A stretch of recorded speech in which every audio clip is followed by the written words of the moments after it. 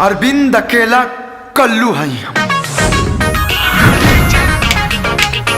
Superstar, करोड़ों fan बाड़े हमारे।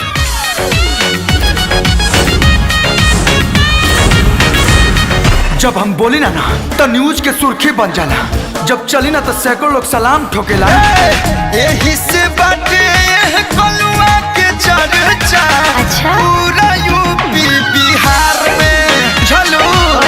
यही से बाटे कलुआ के चर्चा पूरा यूपी बिहार में। मालूम बा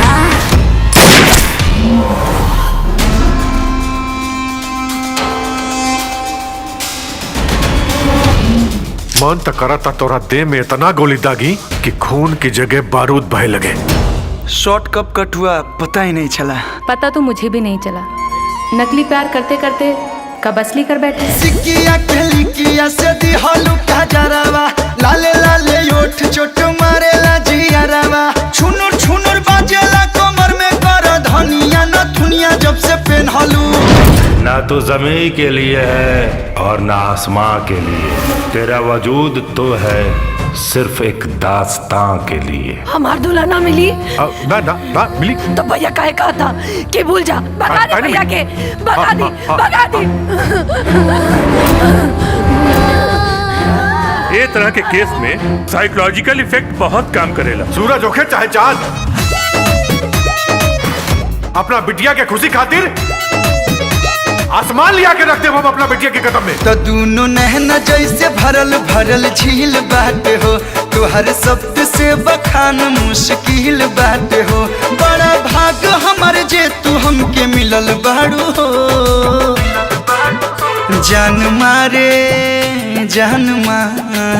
त जान मारे तुहर मीठ मुस्कान, तू चांद खानी उगल बाड़ू हो।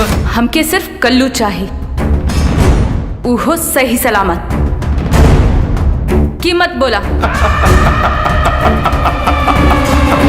ए, का भइल?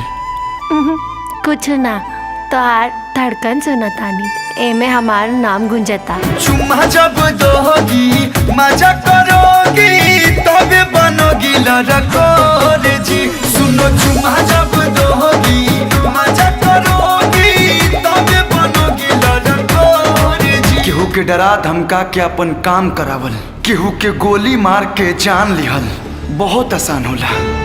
अपन दिल के दर्द के एहसास से दूसरा के आंख में आंसू ले आवल और एक्टिंग करके केहू के आपन बनावल बहुत मुश्किल होला चौधरी साहब।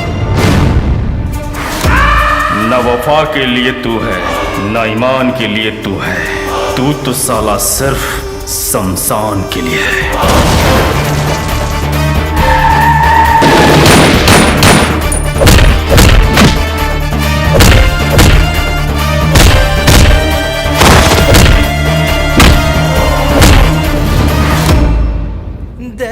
हमरा बेटी के चेहरा पे मुस्कान लौटाई, ओकर जिंदगी बन जाई। ये इश्क है हो ही जाएगा, ये इश्क है हो ही जाएगा। प्यार तो होना ही था, प्यार तो होना ही था, प्यार तो होना ही था, प्यार तो। हर लड़का एगो लड़की के चूड़ी पहिरा के, कंगन पहिरा के, ओकरे मांग में सिंदूर सजा के, ओकरे पिता के घर से ले जाके अपन दुनिया बसावेला। लेकिन शायद हमें दुनिया के पहला ऐसा पति होखब की जौन अपन होखे वाली धर्म पत्नी के हमेशा खातिर भगवान के पास विदा कर दे। मोहिनी